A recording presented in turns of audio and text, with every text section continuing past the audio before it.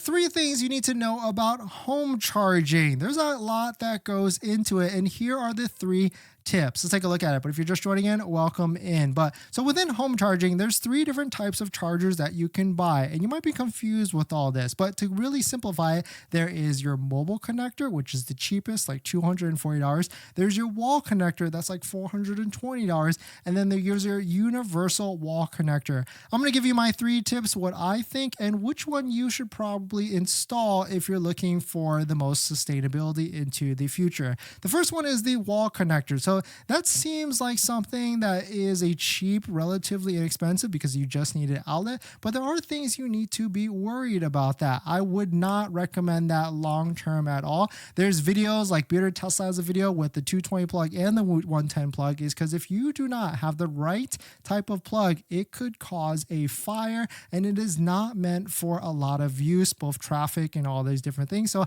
I would not actually recommend a Tesla mobile connector at all. And actually Tesla doesn't recommend a mobile connector at all if you're looking to get a Tesla vehicle. The second one is wall connector. This is one that I've had and I really like, and because this one requires a professional installation, it is hardwired in, and you can get up to 44 miles a rate of speed. And here's is actually one thing that you need to be aware about. Not every Tesla charges at the same rate of speed. You can see Model S right here, all the different rates of speed, all the way up to 41 miles an hour. You can see Model 3 goes up a little bit higher at 44 miles an hour because it's more efficient. Model X is the worst at 35 miles an hour, and Model Y is also pretty good at 44 miles an hour if you've got a hardwired install wall connector with your Tesla vehicle.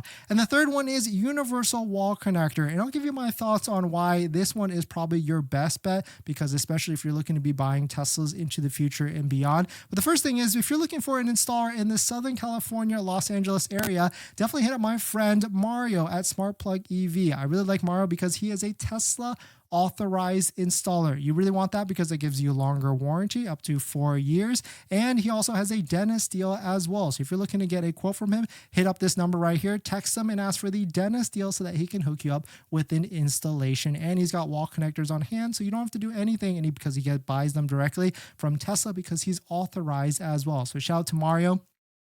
And he has installed 2 of our chargers at our house. I went exactly from the wall connector all the way up to the universal connector. And here's why I went to the universal connector. The biggest reason is we have a Cybertruck. And with the Cybertruck, you might have heard of this thing called Power Share. Power Share is where your Tesla vehicle, the Cybertruck specifically right now, acts as a power wall battery pack for your house. And right now, of course, only the Cybertruck is eligible for that. But what do you think? I mean, there's going to be other vehicles that Tesla is going to allow to be able to have that vehicle to home functionality. And I would say if you're looking to get that functionality in the future, you would want to install a wall connector now, because that is the only wall connector that is compatible with it. And so my vote and my recommendation is the wall connector. Of course, at the minimum, maybe just do the regular wall connector instead of the universal. But there's other things you need to be aware about as well. And the second tip is most utility rates have an electric vehicle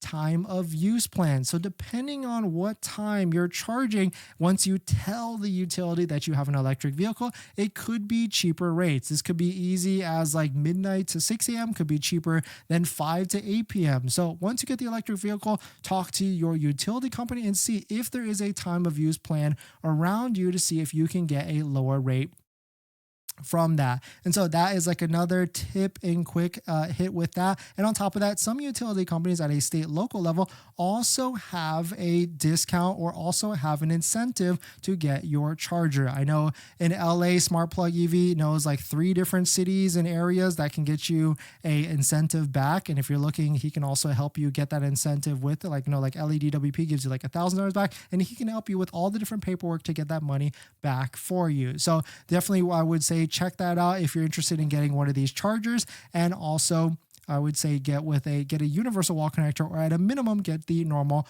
wall connector at $420. But let us know what your thoughts on it. Let us know what you're thinking.